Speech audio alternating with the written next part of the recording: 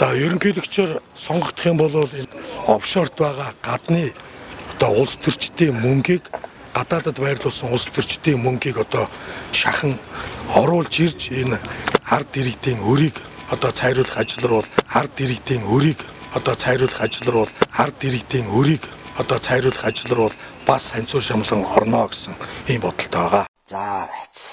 Би ч өөрөө малчны зээлт, баг охин маань сургалтын зээлт, эхнэр тэтгэврийн зээлт, хүүхдүүд цалингийн зээлт. За сайн байна үрдэ.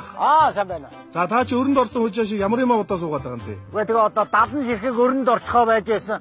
7 төрлийн татвар нэмэгдчихээ. Дэмий суугаад өрнөөс гарах хүчтэй үрдэ ах минь. 7 сарын 7-нд ганцхан цэг атгахад өр зээл чинь 7 хувийн тагвар 70 орно гинтэй. За. Аж ахуйн нэгжээ өршөөс юм ард түмнэнийг өршөөнө гин шүү. За. Өшөөхөө явж саналаа өг та. Яг. За баяртай амжилт хүсье. Явж саналаа өгнө би. За баяртай. Баяртай.